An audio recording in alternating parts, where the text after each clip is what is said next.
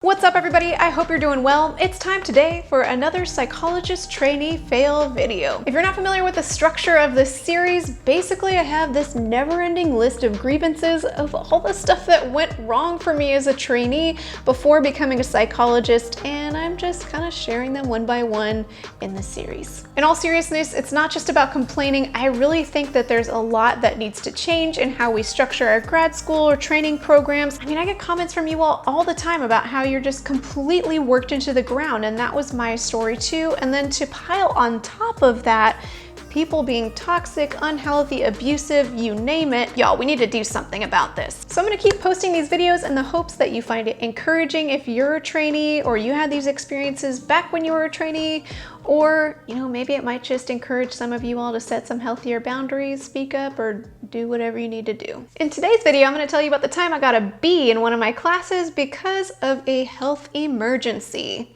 Oh, it's exactly what it sounds like.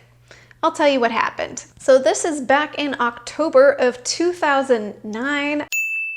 I remember it clearly because I developed appendicitis. Ugh. All in all, I missed class for about a week in total between going to the ER, getting surgery, and then recovering. Now, I think most psych programs are similar to mine in the sense that your participation in the class is a significant portion of your grade, because if we're trying to practice to become therapists and we're not even there to practice becoming therapists, what good is that schooling to begin with? Generally speaking, we could miss one or two classes, but if we missed a third or fourth at some point, your grade was automatically going to drop down a grade level. Now, with that said, when I had appendicitis and I notified my professors, offered to show them a hospital doctor's note or do whatever they needed in order to be exempt from this participation requirement, or potentially make it up if I needed to, everyone was very gracious. However, of all people, my ethics professor was the least understanding of the fact that I had appendicitis and therefore needed to miss class. Fortunately for you all, I went into the archives of my email and I found the email that I exchanged with my ethics professor.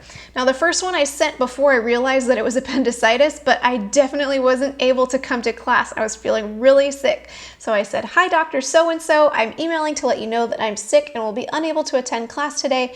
Please let me know if there's any information I should know from this lecture. Thank you." He says, "Feel better. We are through the chapter on advertising, so read through the next chapters in the syllabus." Okay, there's no mention of class participation points or anything like that. All right, 3 days later, I email him again. "Thank you, Dr. So-and-so. As it turns out, I had appendicitis, so I had my appendix removed on Friday. I'm just starting to get things put back together, and I hope to be in class again by Thursday. I will keep you posted if I'm unable to make it to class again.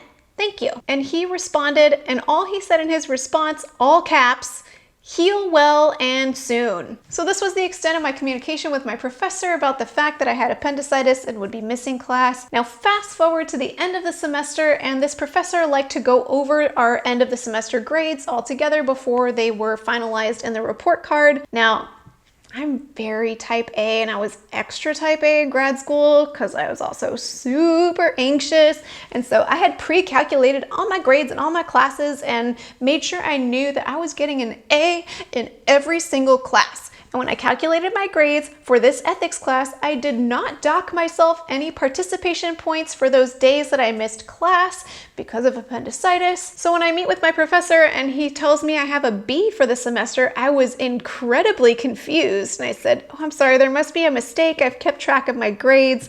Can you show me how it adds up to a B?" And then he looks through his paper where he has all my grades added up and he says, "Oh, it looks like you missed a few days of class here. So that docked this many points and you have a B." I said, "Oh, I'm not sure if you remember, but those were the days that I had appendicitis.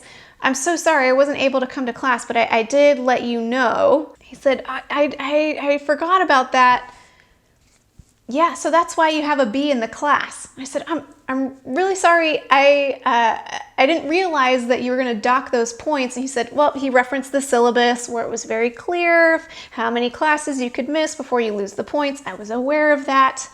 And he said, "So yeah, I can't see how I can give you the points for those missed classes." So I said, "You're telling me that given the timing of my appendicitis, there's no way that I could have ever possibly gotten an A in this class?" And he just kept kind of repeating the same thing, saying, "Well, I don't know how I can give you the participation points if you weren't here. I was so upset. My desire for straight A's aside, I was just completely livid at the principle that somebody could get docked points as a result of a health emergency, even to the point of their grade being dropped. So being the feisty, sassy lady that I can be sometimes, I decided to file a complaint.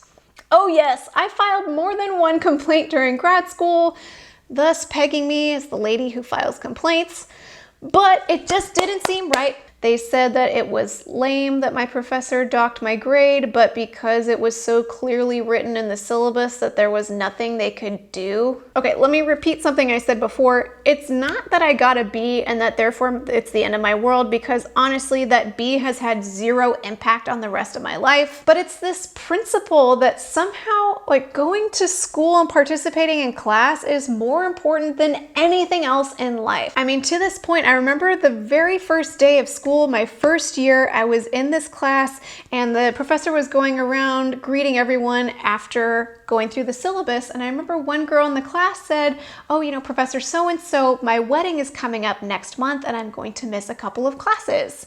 And he said, is there any way you can move your wedding date? Who does that? What kind of message is that? That school is more important than making a lifelong commitment to your partner? I mean, I could trail off about that story too. It upset me deeply. The point is, from my experience, there was this ongoing message in graduate school that your training mattered more than anything else. It mattered more than your family life. It mattered more than your physical health. You're here to set your humanness aside as a therapist so that you can help other people. Well, guess what? That doesn't work and it's incredibly unhealthy, but that was the message I received over and over and over again. And this moment when I got a B because I had appendicitis was just one of many of these stories. Our culture is so skewed, and especially as therapists, we should know better, and we shouldn't be teaching the next generation of therapists that whatever is going on in their life is less important than being a good therapist or, you know, being a goody two-shoes for their professor or whatever people think they're actually doing when they send that message. Anyway, I think I'm gonna end this video here. I hope you found it helpful or supportive wherever you might be in your journey. Even if you're not a trainee, I know this culture perpetuates in a lot of different settings. So thought it would be helpful to put that out there. And if you are finding yourself in this kind of environment, I really encourage you to advocate for your needs.